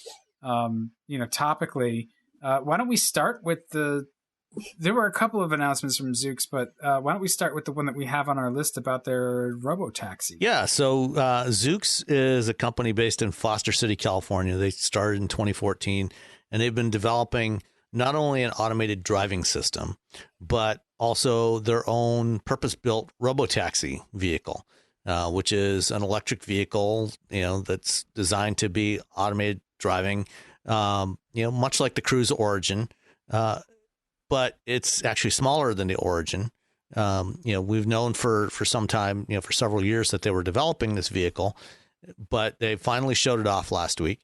And it's an interesting vehicle because unlike the Cruise Origin and many of the others, this thing is completely symmetrical. So it's bidirectional. It's designed to go up to 75 miles an hour in either direction. It's got the same lights front and rear.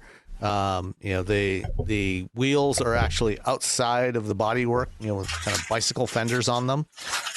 It's got 4-wheel steering, 4-wheel drive. And the lights on the outside are designed to signal to pedestrians and other road users, kind of what the vehicle is intending to do. With the 4-wheel steering, it can pull into. They show a graphic on their website, showing it pulling into a spot where you can parallel park, but basically drive right into it, straight in and drive straight out without the usual rigmarole you go through with parallel parking. It's 4-seater with what they call carriage seating, where everybody's facing the center of the vehicle. They have not indicated when this thing's going to be deployed, when it's going to go into service. And my guess is probably not going to be before 2022.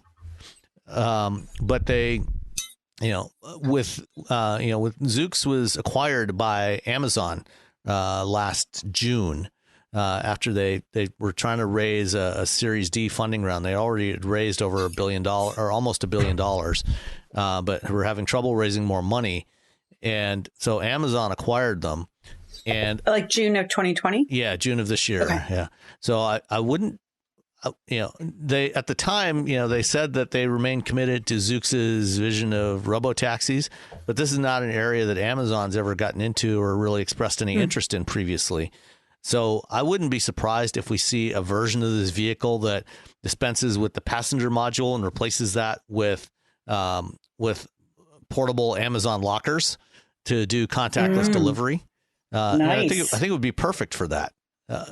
I mean, what else was Amazon trying to stop paying for? Gosh, I mean, I think if they use that Zoox electric delivery van too, they could almost put the two things together, right, and get their Amazon fleet without drivers. Yeah, well, the Rivian vans, are much larger. They're on the order the size of the Transits. Those are for doing larger package deliveries and moving stuff between warehouses and so on. This would be more for urban deliveries. For the kind of stuff that they've talked about. With doing 1 or 2 hour deliveries. From local warehouses. You can send it out, it can pull right up curbside. You can scan the barcode from your phone. It'll pop the locker door open. You take your package, close the door, and it goes on to do the next delivery. Well, think of like Whole Foods, right? Yeah, I mean, this could be amazing for Whole Foods delivery, which Amazon already owns. Exactly. Yeah. So that, that sort of thing, small packages, Whole Foods, grocery deliveries, all kinds of local last mile deliveries, and it's fully electric. It's an interesting vehicle. Yeah, I think that's it's really, really cool.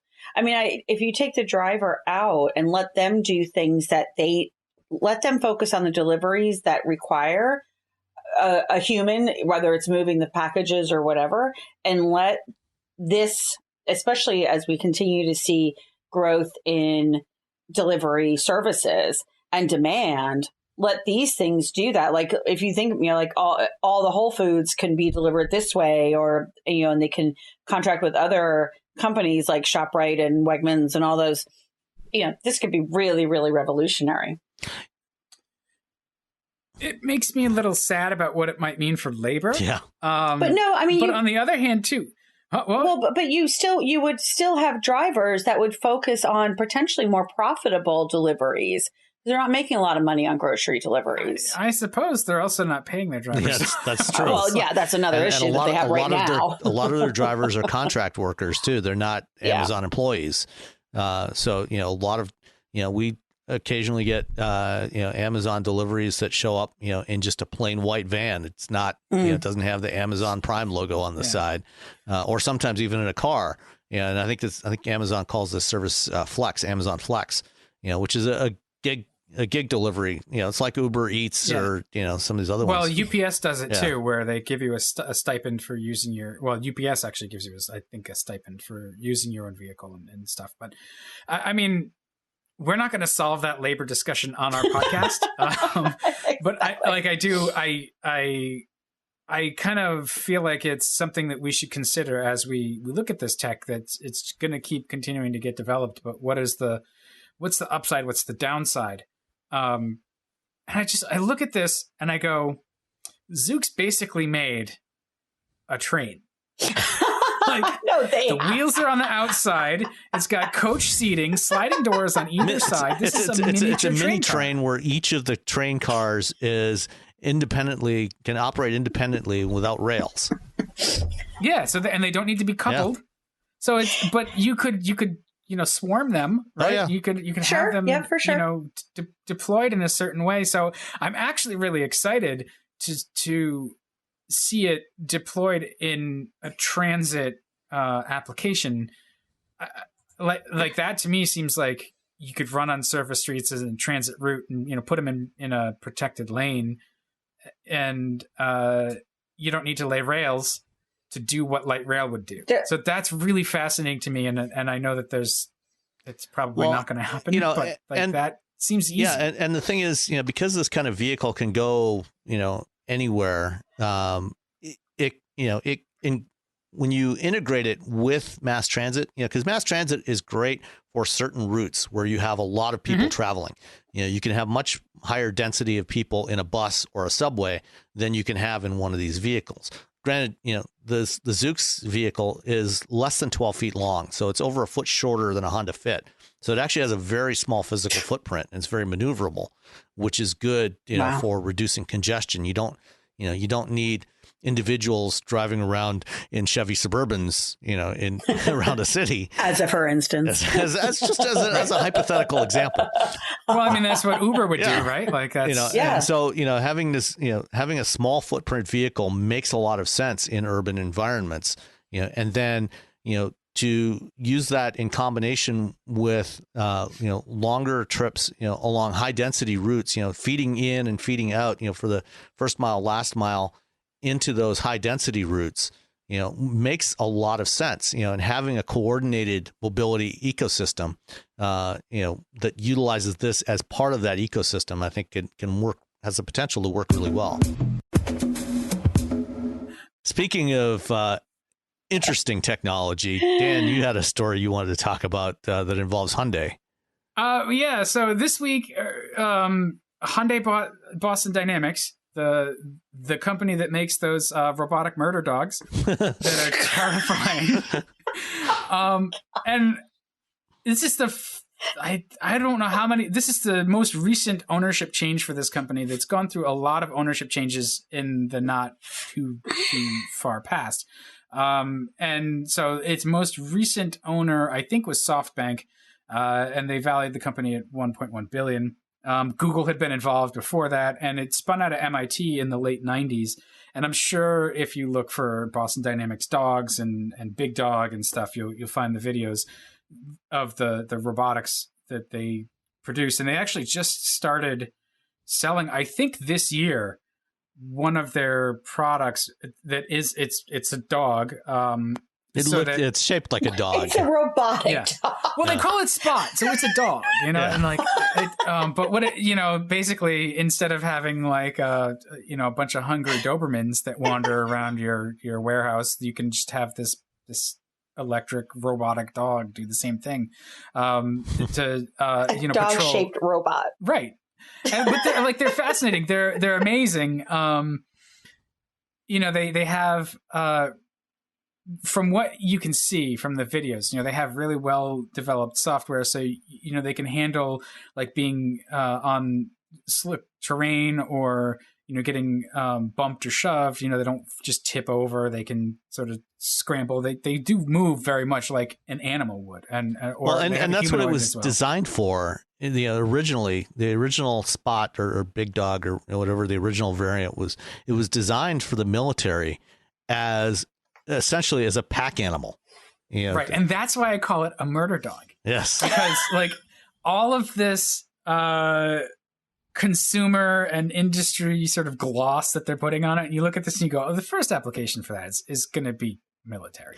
Like, yeah, well, one of the interesting applications or, terrifying applications earlier this year during the pandemic in Singapore, they deployed a couple of these things wandering around the streets of Singapore, looking for people that weren't wearing masks. And I wasn't sure if they were looking for gum. Well, for people that were chewing gum. But looking for people that were not wearing masks, and then it just vaporized them. Well, no, it was just it would stop and tell the person to put their mask on, and then vaporize them. If they behaved like an American. But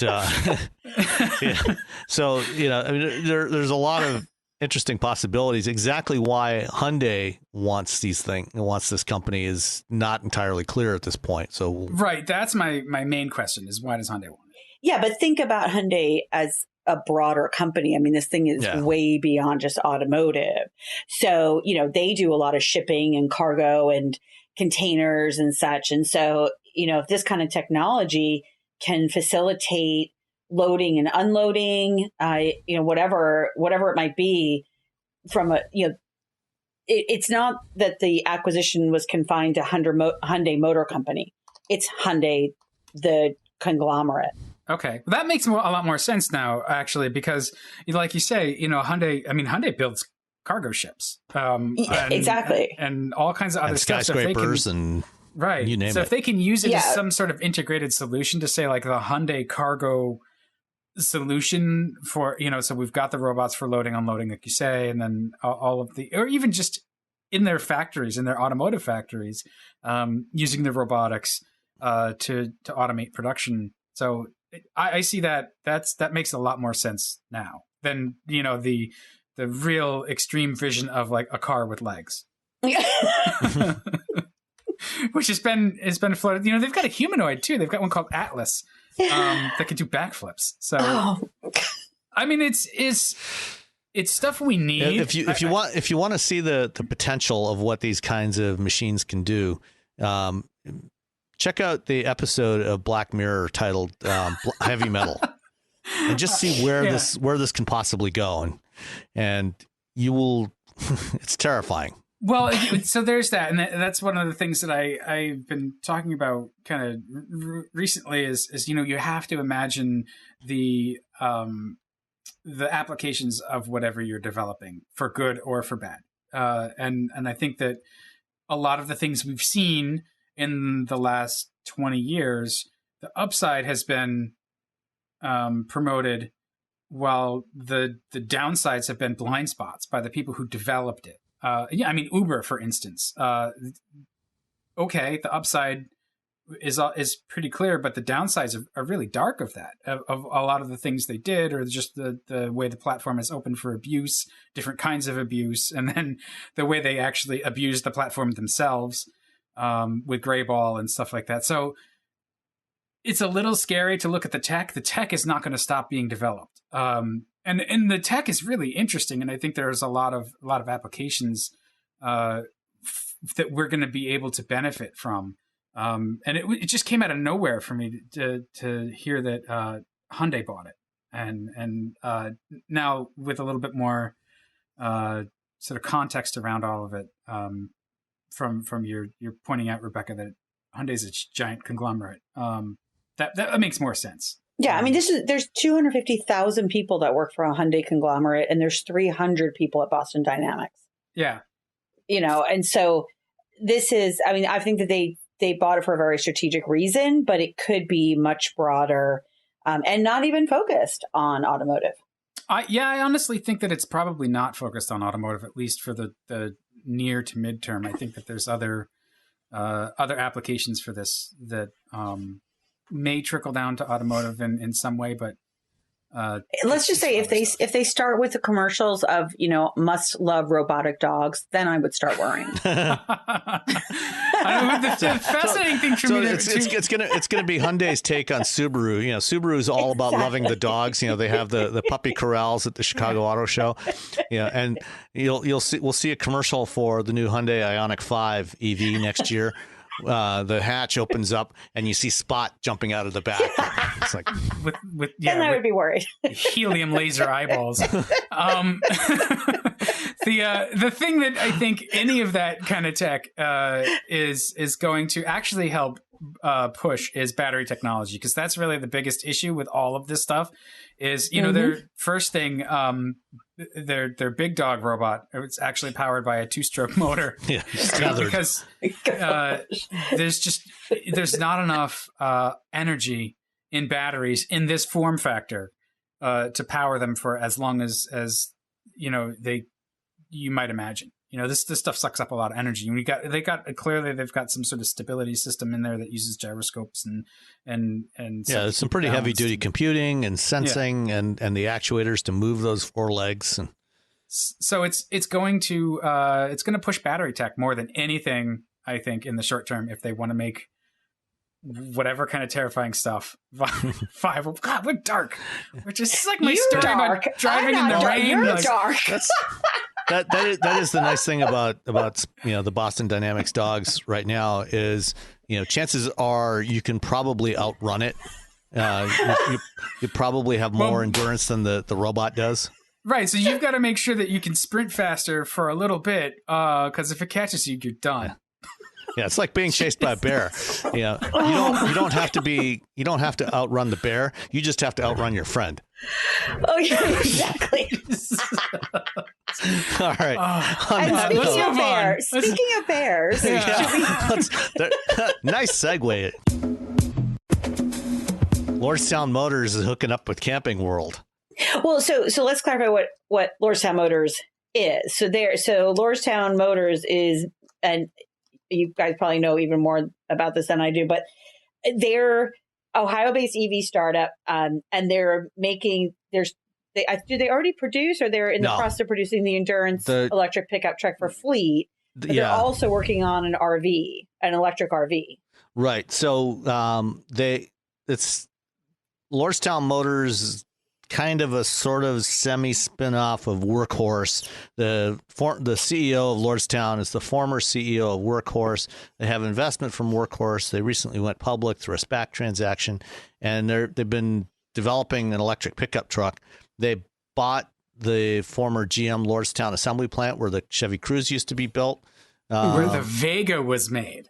Yes, the Vega was made there. That's lots of historic vehicles have been made there, so they picked up the Lordstown plant, the Lordstown assembly plant, for pretty much nothing from GM after GM ended production of the Cruze, and but that gave them a huge assembly plant with a lot of equipment that was not really very useful for building the electric pickup truck they wanted, and they didn't really have any cash. So they did this SPAC merger transaction, which got them, they basically went public through that and got $600 million. So now they've finally started actually retooling the plant to build these trucks. And it's an interesting truck.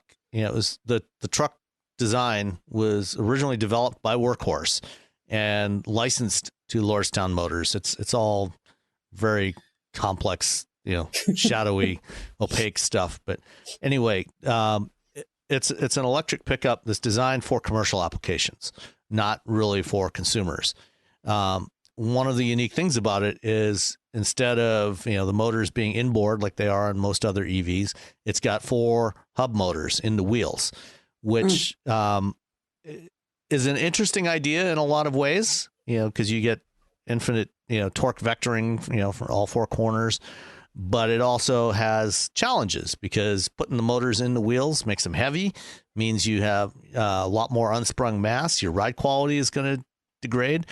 And you also have to have big high voltage cables going to the motors, which are moving up and down as you're driving down the road, instead of just going from a battery to a static motor that's mounted in the chassis. And so durability could be challenging for this thing, but that's a whole other issue. Lordstown Motors has done a deal with Camping World, which is, I think, maybe the biggest purveyor of RVs and travel trailers in the U.S. And a couple of elements to this. Camping World locations are going to provide service and maintenance for Lordstown customers, for Lordstown Motors trucks, because Lordstown doesn't have a dealer network to do service. And Lordstown is going to develop a battery pack to put into trailers that Camping World sells. Instead of using a generator on those, they'll install battery packs in there. And ultimately, I think they also want to develop a full-blown standalone electric RV based on the Lordstown Endurance chassis, which could be interesting.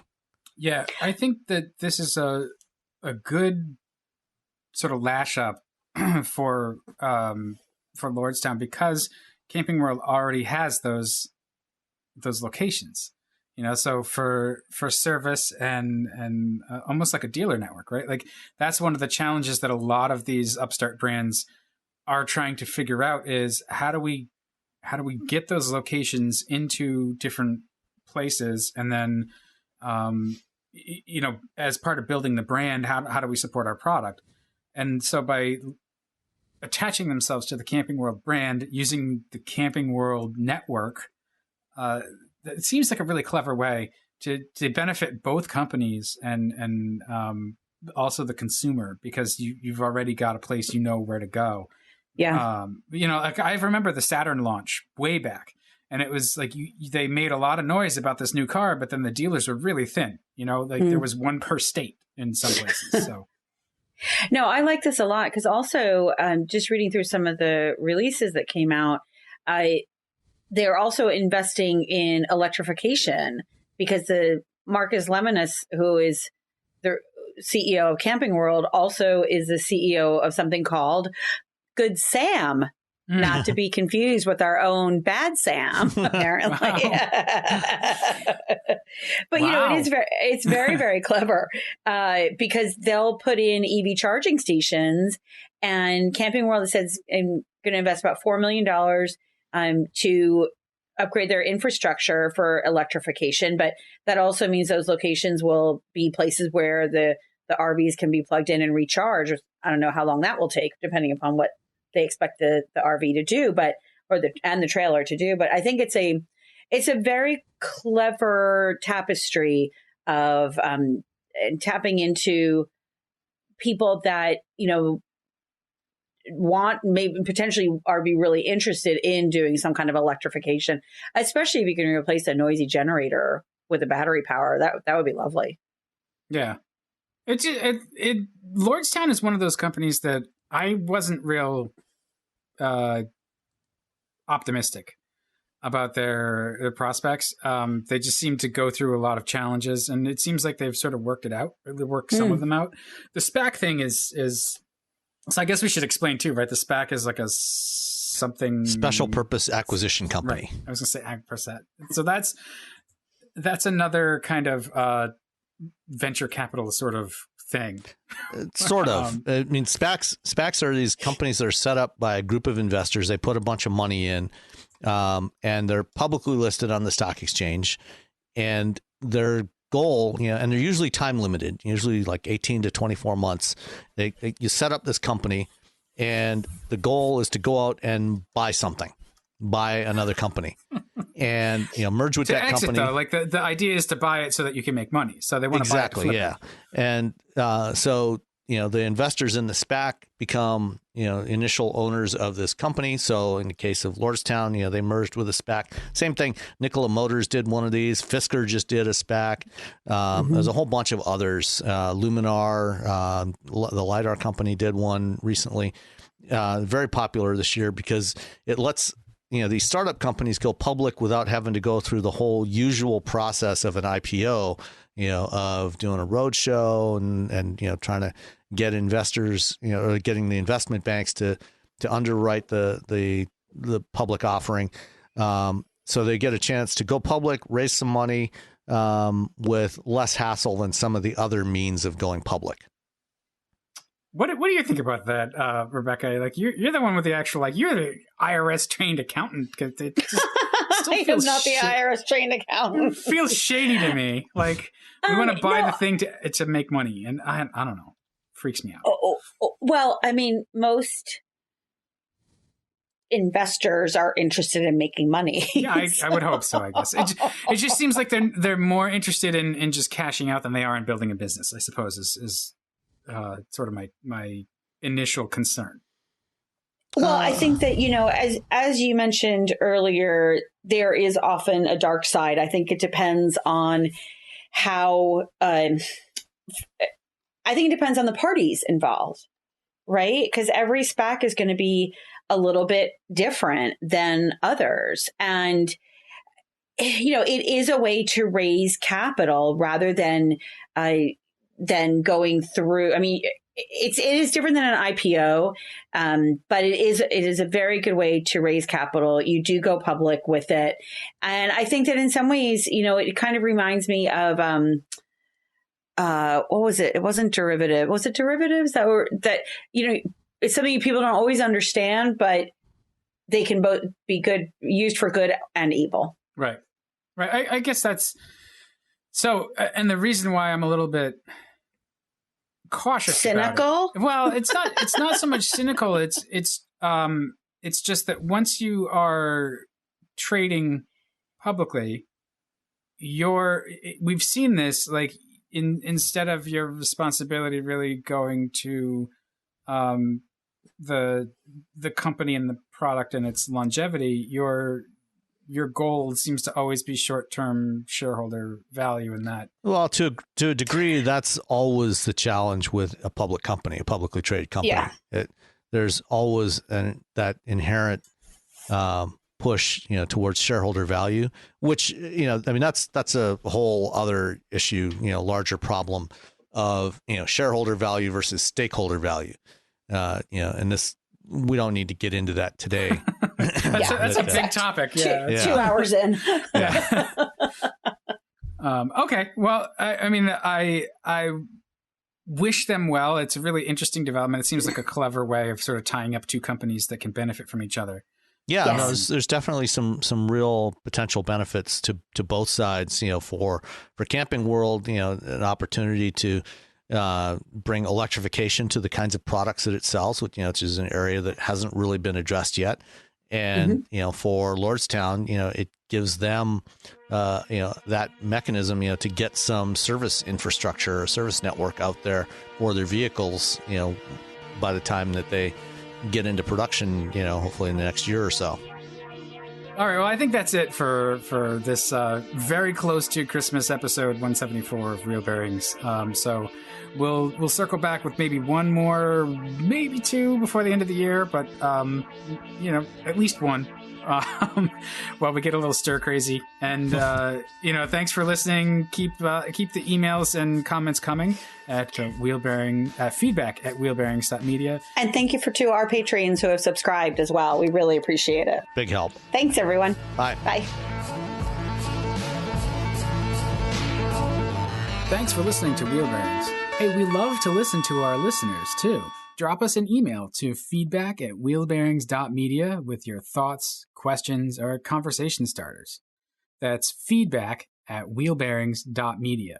You can also find us on Twitter at wheelbearingscast.